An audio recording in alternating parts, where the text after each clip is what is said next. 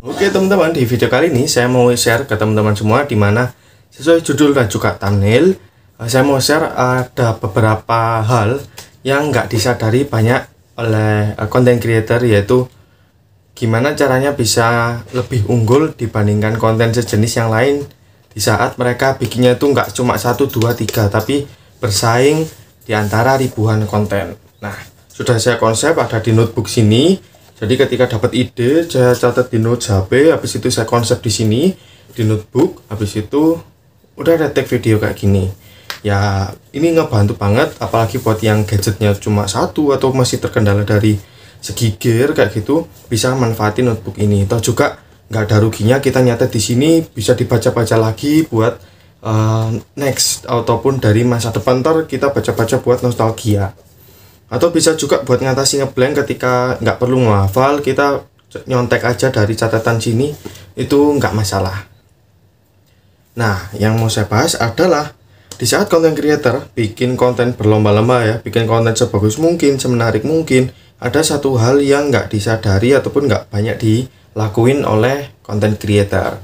Nah, mungkin menurut teman-teman semua jawabannya adalah branding yang tepat, atau misalnya satu content creator fokus pada satu niche, satu topik untuk dibahas secara konsisten. Itu betul. Yang kedua, dari segi gear ataupun equipment, peralatan itu yang proper, yang profesional agar hasil kontennya juga keren. Itu juga betul.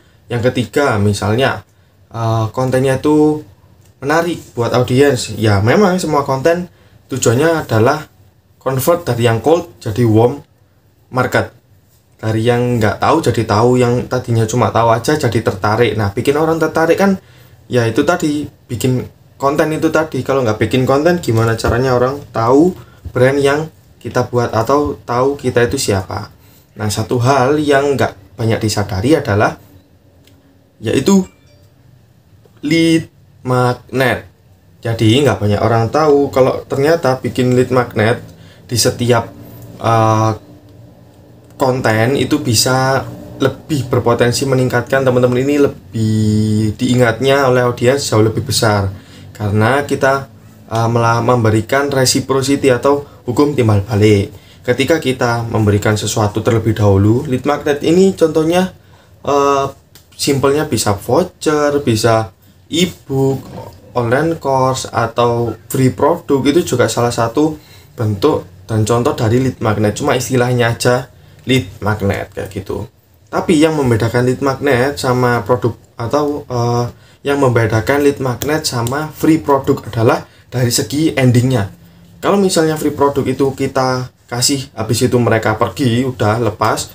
Kalau lead magnet, sebelum mereka mendapatkan umpan ataupun penawaran yang kita berikan, mereka secara sadar menukarnya dengan nama, nomor WA, email. Kayak di Sayang iPhone misalnya, teman-teman mau download ebook di website gitu kan, kadang masukkan nama, nomor WA agar kita bisa mengirimkan. Nah, itu namanya lead magnet. Bedanya ada di kalau di belakangnya lead magnet itu pasti mengumpulkan database seperti itu. Nah, untuk membuat lead magnet yang menarik dan juga pasti diminati, pasti disukai, fokus pada satu permasalahan atau satu positioning. Jadi ketika teman-teman nih misalnya bikin kontennya udah bergerak di bidang landing page, temanya kontennya landing page dan lain sebagainya.